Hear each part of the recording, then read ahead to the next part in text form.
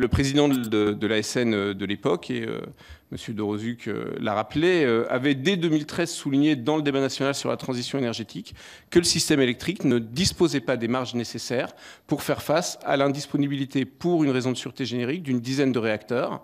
On sait qu'on n'a pas fait grand-chose depuis entre le retard sur les renouvelables.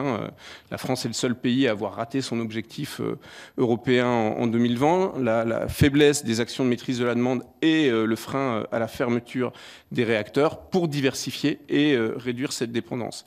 Et cet hiver, nous y sommes, précisément au type de situation que décrivait Pierre-Franck Chevet. Cette situation, elle nous expose en fait mécaniquement à un arbitrage par nature malsain entre sécurité électrique et sûreté nucléaire, qui se double dans le contexte de crise énergétique que nous connaissons, d'une pression induite par l'envolée des prix de marché, que les perspectives données par EDF, avec une prévision d'à peine 50% de facteur de charge du parc nucléaire pour 2022 et à peine plus pour 2023, ont évidemment exacerbé.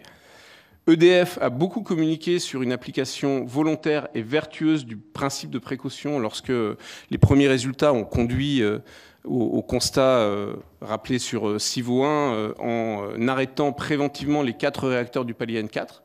Mais on peut constater que le même principe de précaution n'a pas été appliqué lorsque un problème a été détecté sur un réacteur du palier P'4, Panlien, et on peut clairement y voir le poids de l'impact qu'aurait eu la même application du principe de précaution sur la sécurité électrique. Plus largement, on a vu, me semble-t-il, l'évolution générale, l'orientation générale du dossier évoluer sous cette pression des enjeux d'approvisionnement électrique.